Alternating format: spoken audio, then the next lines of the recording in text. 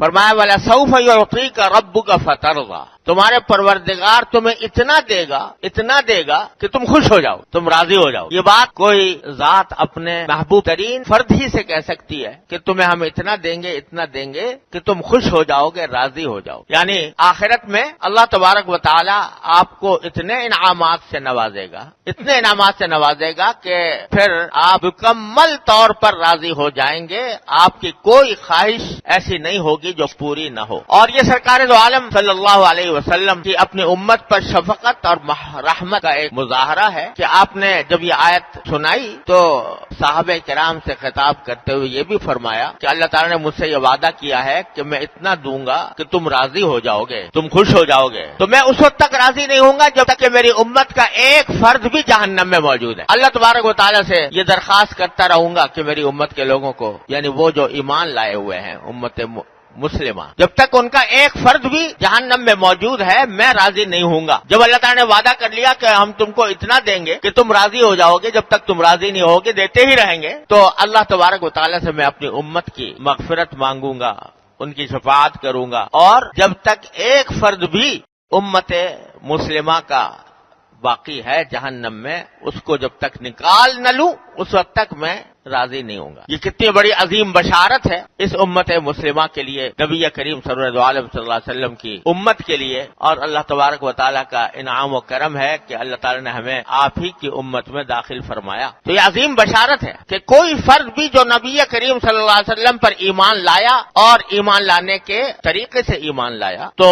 وہ انشاءاللہ کبھی نہ کبھی جہنم سے نجات پا کر جنت میں داخل ہوگا۔ اور یہ بات رسول کریم صلی اللہ علیہ وسلم نے اپنی متعدد احادیث میں بھی فرمائی کہ جو شخص لا الہ الا اللہ محمد رسول اللہ کا کلمہ پڑھ کر اس پر عقیدہ رکھ کر مسلمان ہو گیا تو وہ جنت میں ضرور داخل ہوگا۔ ہاں اگر اس نے غلط عمل کیے ہیں، گناہ کیے ہیں، تو ان گناہوں کا بدلہ ابتدا میں اس کو دیا جائے گا، اللہ بچائے دوزخ میں جانا ہی پڑے گا، لیکن وہ دوزخ ایک مومن کے لیے پاک کرنے کا ذریعہ بنے گی اور ان کو گناہوں سے پاک کرنے کے لیے آگ میں جلایا جائے۔ یہ اور بات ہے کہ اللہ تعالیٰ محفوظ رکھے، وہ دوزخ کی آگ ہلکی سے ہلکی بھی بڑی سخت ہے، اللہ تعالیٰ ہر مسلمان کو اس سے محفوظ رکھے، لیکن اپنے اعمال کی سزا بھگتنے کے بعد بالآخر ان کو جنت میں داخل کیا جائے گا۔ اور حدیث میں آتا ہے نبی کریم صلی اللہ علیہ وسلم نے ارشاد فرمایا کہ میری امت کے کچھ لوگ ایسے ہوں گے کہ جو اپنے اعمال کی سزا بھگتنے کے لیے دوزخ میں بھیجے جائیں گے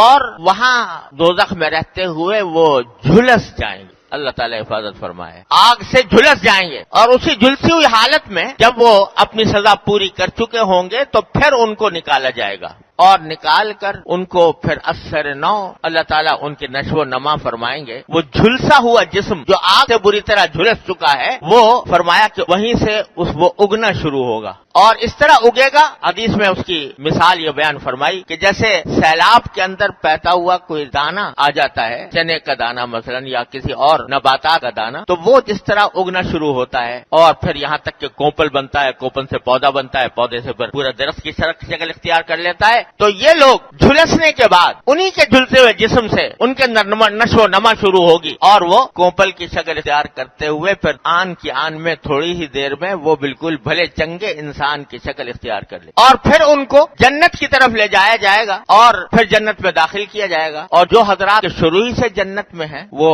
دوزخ سے ان کو سابقہ کبھی نہیں پڑا، وہ ان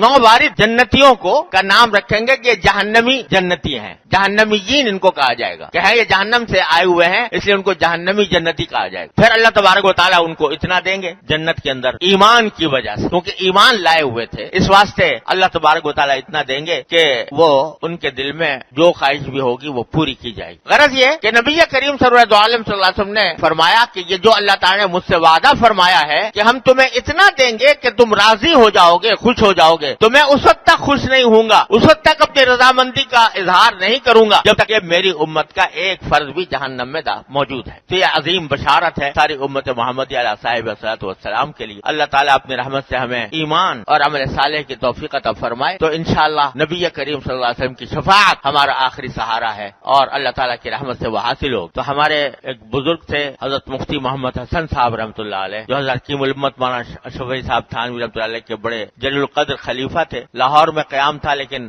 وفات یہاں کراچی میں ہوئی ہے اور سوسائٹی کے قبرستان میں مدفون ہے۔ وہ فرمایا کرتے تھے، بڑے پہنچے ہوئے بزرگ تھے، فرمایا کرتے تھے کہ یہ ایمان بڑی نعمت ہے، ایمان بڑی نعمت ہے، اس ایمان کو بچا بچا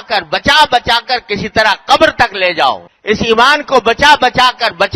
کر کسی طرح قبر تک لے جاؤ، آگے جیت ہی جیت ہے۔ تو اللہ تبارک و تعالیٰ نے ایمان اتنی بڑی دولت عطا فرمائی، اللہ تعالیٰ ہمیں اس ایمان کی حلاوت عطا فرمائے اور اس ایمان پر ہماری زندگی ہو، اس ایمان پر ہمارا خاتمہ ہو۔ تو یہ ایمان ایسی چیز ہے کہ جب یہ موجود ہے تو نبی کریم سرور عالم صلی اللہ علیہ وسلم فرماتے ہیں کہ میں رہنے دوں گا جہنم میں رہنے نہیں دوں گا کسی بھی مومن کو۔ اللہ تعالیٰ اپنی رحمت سے اسی ایمان پر ہمارا خاتمہ فرمائے۔